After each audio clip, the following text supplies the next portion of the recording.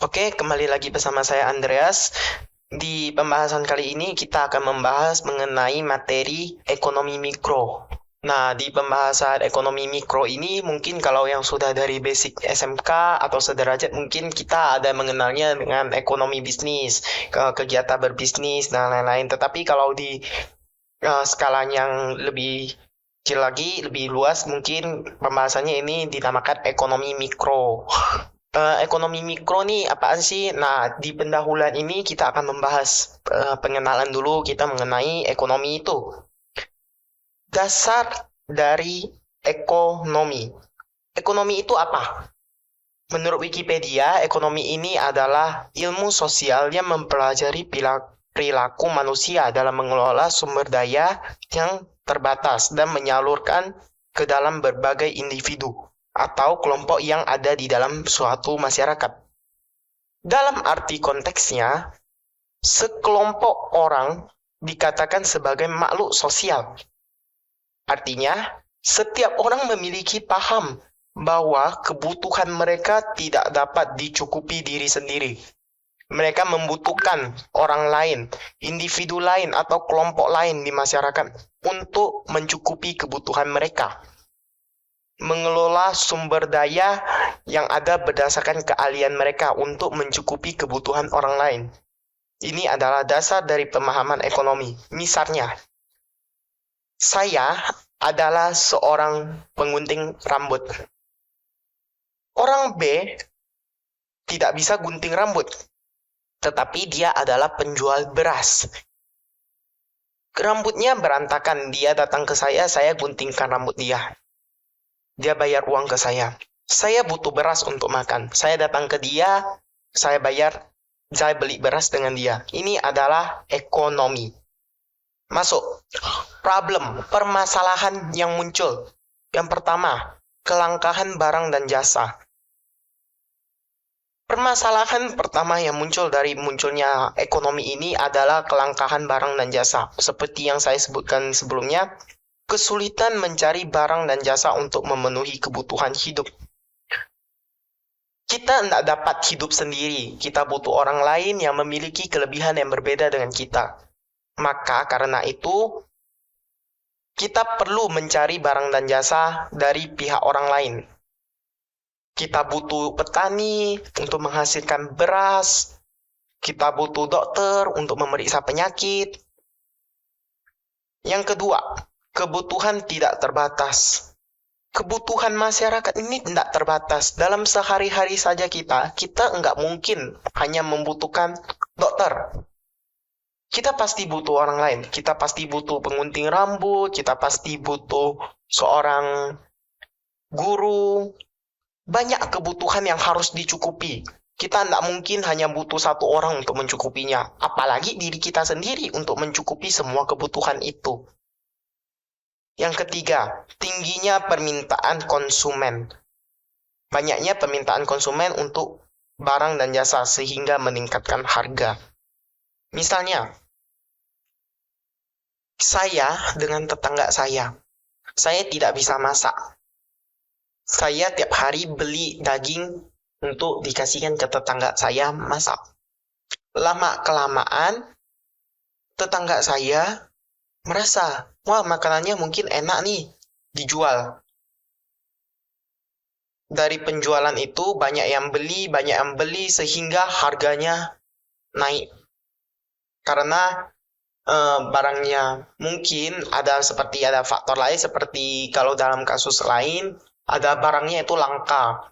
Sulit ketemu barangnya. Misalnya kita beli buah A ini langka, sulit untuk ketemu barangnya. Maka harganya naik. Itu. Karena tingginya permintaan barang konsumen sedangkan barang tersebut itu terbatas. Sampai di sini paham? Diulangi lagi misalnya harga buah A ini mahal sedangkan permintaan konsumen ini banyak. Buah A ini adalah buah yang sulit tumbuh sedangkan permintaan konsumen banyak. Maka penjual menjual buah A ini mahal. Permintaan konsumen yang banyak sehingga meningkatkan harga. Yang keempat, mencari alternatif lain. Harganya mahal. Misalnya HP A, harganya 10 juta. Masyarakat sulit beli kan? Masyarakat sulit untuk membeli. Akhirnya masyarakat tuh ada pihak lain yang bisa membuat HP, muncul keinginan untuk buat HP yang sama, kelebihannya sama, tetapi dihargai dengan harga 3 juta. Nah, adanya keinginan masyarakat untuk mencari alternatif lain untuk memenuhi kebutuhan. Akhirnya yang terjadi apa? HP yang 3 juta laku. Gitu. Ini problemnya. Dasar permasalahan munculnya kegiatan ekonomi. Pertama, kelangkaan barang dan jasa. Kedua, kebutuhan yang tidak terbatas. Ketiga, tingginya permintaan konsumen. Dan keempat, adanya keinginan untuk mencari alternatif lain. Kita masuk solusinya. Tadi sebelumnya kita membahas permasalahannya sehingga munculnya ilmu ekonomi. Solusinya, solusi dari ilmu ekonomi itu. Nah, di sini saya baginya jadi 3. Adanya ilmu, tindak, sama motif. Ilmu. Masyarakat ini tahu loh, adanya kekurangan barang dan jasa. Adanya kekurangan barang dan jasa, adanya keinginan untuk memenuhi kekurangan itu. Sehingga munculnya adanya tindakan. Tindakan yang diambilnya apa? Mengatasi kekurangan itu, menjual barang dan jasa. Lalu, adanya munculnya motif. Motifnya apa? Keinginan yang muncul dari tindakan ini adalah untuk memenuhi kebutuhan barang dan jasa. Selanjutnya, masuk ke hubungan antara produsen dan konsumen. Nah, dalam tindakan ekonomi tentu nggak lepas dari hubungan antara produsen dan konsumen. Produsen itu apa? Konsumen itu apa? Akan bahas di selanjutnya. Produsen. Dasarnya produsen ini pasti memiliki keinginan untuk meraih keuntungan sebesar-besarnya dengan biaya yang dihasilkan rendah. Dan konsumen sendiri, mereka ingin membeli barang yang murah untuk mencukupi berbagai kebutuhan mereka. Ada kesamaan, sama-sama ingin untung. Produsen ingin untung banyak dengan biaya yang tinggi, lalu konsumen ingin untung banyak dengan biaya yang rendah. Ini ada kesalahan di sini.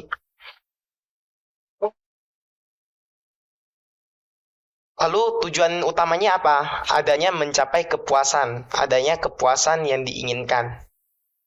Ini bagian sini seharusnya tinggi. Oke. Lalu ada faktor mempengaruhi kegiatan produksi. Yang pertama, adanya modal. Kedua, tenaga kerja. Ketiga, sumber daya alam. Keempat, keahlian atau kewirausahaan. Yang kelima, teknologi dan informasi. Kita bahas modal. Simpelnya modal ini terbagi, kalau mau digolongkan terbagi menjadi 2, yaitu modal berdasarkan sumber dan modal berdasarkan sifat. Modal berdasarkan sumber, itu ada sumber internal, ada eksternal. Misalnya di dalam perusahaan. Pemilik perusahaan menyetorkan modal. Ini adalah modal dari internal. Yang kedua, modal eksternal. Modal eksternal ini misalnya adanya pemberi saham. Nah, ini adalah modal eksternal, yaitu modal yang berasal dari luar. Modal yang berasal dari luar. Nah, berdasarkan sifatnya, ini ada modal tetap dan modal lancar. Modal tetap ini simpelnya adalah sebagai peralatan yang bisa dipakai berulang kali, tidak langsung sekali dipakai dibuang. Sifatnya peralatan. Peralatan memiliki batas waktu yang lebih dari 1 tahun. Makanya ditetapkan sebagai modal tetap. Misalnya apa? Printer, lalu kursi, meja, ini adalah modal tetap. Sedangkan modal lancar ini adalah modal yang penggunaannya itu kurang dari 1 tahun, simpelnya. Dimanfaatkannya itu hanya sekali saja. Misalnya apa? Perlengkapan. Perlengkapan dan peralatan ini memiliki konteks yang berbeda. Perlengkapan memiliki masa waktu yang kurang dari 1 tahun. Contohnya, dalam alat printer ada kertas. Kertas ketika dipakai sekali, tidak mungkin dipakai untuk ketiga kali atau 4 kali. Mungkin maksimal dipakai 2 kali bolak-balik. Lalu apalagi? Tinta printer, tinta spidol, tinta pen. Itu ketika sudah habis, masa pemakaiannya pasti otomatis kurang dari 1 tahun tinta itu. Ketika sudah habis, maka perlu diganti lagi dengan yang baru. Sedangkan kalau peralatan itu perlu diperawat, perlu adanya biaya perawatan. Yang kedua, faktor yang mempengaruhi yaitu ada tenaga kerja. Tenaga kerja sendiri terbagi menjadi 3, yaitu tenaga kerja terdidik, tenaga kerja terlatih, dan tenaga kerja tidak terdidik dan tidak terlatih. Tenaga kerja terdidik ini adalah tenaga kerja yang dalam melakukan pekerjaannya berdasarkan diperoleh dari pendidikan hasil pendidikan formal. Misalnya, seorang guru, seorang dokter, dia melakukan pekerjaannya berdasarkan ilmu yang telah diperoleh dari hasil pendidikannya. Yang kedua, tenaga kerja terlatih. Tenaga kerja terlatih ini adalah tenaga kerja yang kemampuannya dia peroleh dari latihan. Adanya pelatihan berulang kali, adanya keterampilan berulang kali. Misalnya apa? Pelukis, montir, pelayan toko. Itu kan butuhnya suatu keterampilan, suatu latihan. Lalu yang ketiga, tenaga kerja tidak terdidik dan tidak terlatih.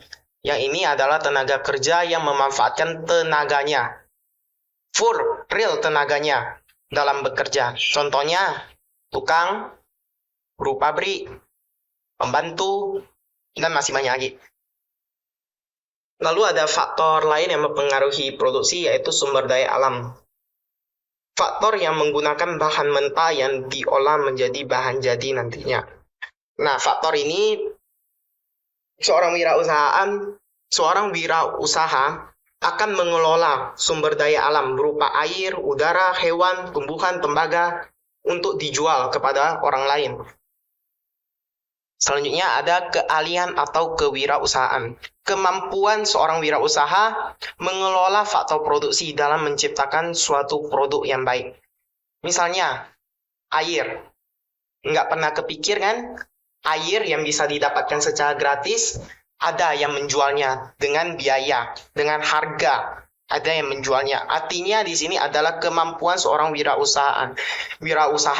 Dia mampu berpikir bahwa, wah, air ini mungkin terdengarnya malah aneh. Kita biasa mendapatkan air secara gratis, tapi ujung-ujungnya ada yang jual. Dan kita juga membeli.